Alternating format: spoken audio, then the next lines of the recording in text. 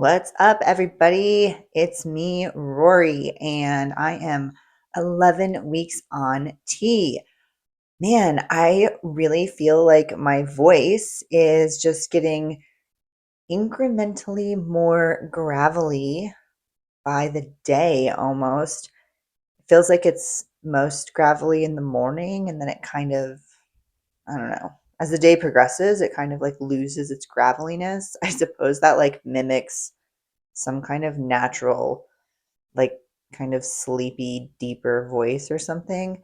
But yesterday, it really felt like in the evening, it was like kind of came back to that graveliness. So, anyway, it's fun to have like the range where I feel like I can talk a little bit deeper, but I feel like I can also talk still up here if I need to kind of sound like I'm not on tea? Anyway, um, yeah, this week I've also noticed like I've mentioned a little bit of thicker hair or darker hair kind of appearing on my upper thighs, and that's getting more pronounced and more noticeable. Still pretty, like, it's not like, wow, huge difference. No, but it's just like, oh, yeah, I definitely think there is a difference. It just isn't really noticeable to anyone but me yet. And I have been, I at one point talked about being really tired. And since then, I don't know what week that was. Since then, I backed off my exercise a little bit. And I didn't really think I was exercising that hard to begin with. But obviously, I was feeling really tired. And, you know, quality of life, like I like exercising, but I also like feeling like I can stay awake past 9:30 in the morning when I've woken up at I do wake up pretty early. I usually wake up before 5. But anyway, yeah, adjusted my exercise a little bit, and that has helped. So I think I cut out at least one run of my week, and then I cut back like a mile or two, not 2 miles, but like I think I cut back a couple runs by 1 mile. And so, anyway, that did help. If you're experiencing fatigue on T, I do not think it's anything to be concerned about. It makes a lot of sense to me. My body's working hard to build new muscle that it wasn't building before. It's working hard for other changes as well. Like that makes logical sense.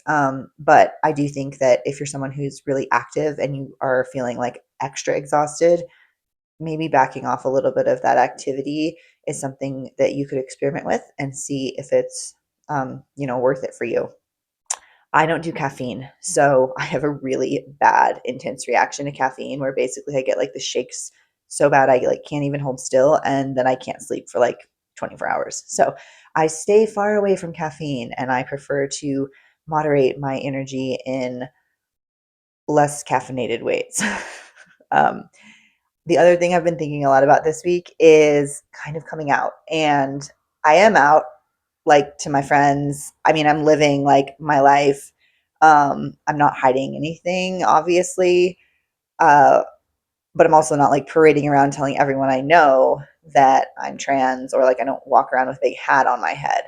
Not that I would ever do that.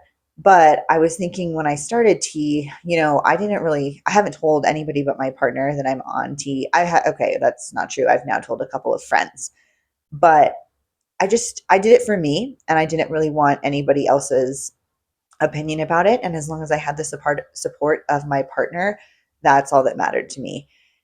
And I told myself, once I'm on T for 3 months, I'm going to see if I want to continue. And at that point, I will tell people. Well, we're approaching the 3 month mark, still a couple weeks away, but approaching. And I'm feeling awesome on T. I do plan to continue, but I'm kind of thinking, like, do I need to tell anybody? And with thinking about that, there's just the wider question of who do I need to come out to? What do I want people to know? What do I need them to know? So I've been pondering that a lot for the past week. I've been talking a lot about it with my partner.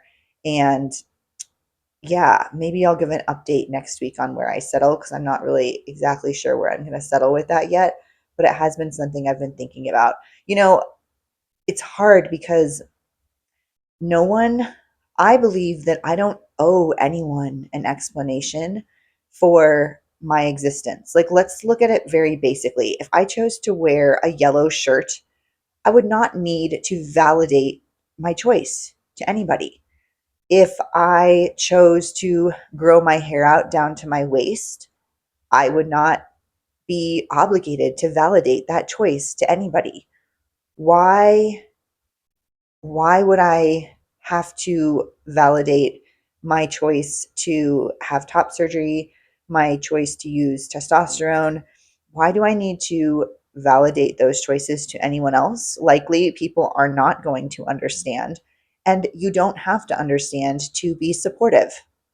That's just a fact. I would like people to know my name. Like if I've gone by one name and I'm going by a different name, sometimes people will use different names in different settings. That's totally their call, and I completely respect that. For me, I'm like, do I want to use different names in different settings? Do I want people to feel like, I don't know, like how do, I probably would like to be consistent for myself. So I'm like, okay, I'd like to ask people to use a different name. Okay. Like there's a very base level probably of something I'm going to do. But does that mean I have to then divulge the entire history of me coming to terms with my transness and how I'm choosing to act upon it? No, it doesn't. And again, I get to decide what I want to share with people and what I don't want to share. And yeah, so that is something that I have been thinking about. Other changes this week. I just am really grateful that we're not sick. If you've watched any of my other videos, we went through a period of being very sick, like literally ill with things like the flu and colds for a couple of months. And every day I just feel grateful that I'm not sick. I feel so happy. My brain is so happy on tea. And it's not perfect. I still feel like I still feel like there's a hormonal fluctuation with my mood that is related to my female hormones. And I'm wondering how that will evolve. I think I've mentioned that before, but I feel so much better. And I'm just really happy to be able to be on testosterone and that I have access to that, resources to acquire it. Not everyone is as fortunate. Um, and not everyone wants to be on it, and that's okay too. If you're doing something like going on testosterone, I hope it's because you're looking for it to improve your quality of life. And if it doesn't improve your quality of life, then it's definitely not something that you need. So, and I don't mean that you can't still choose it. I just mean that, like, I don't see T as a requirement to identifying as trans or transmasculine.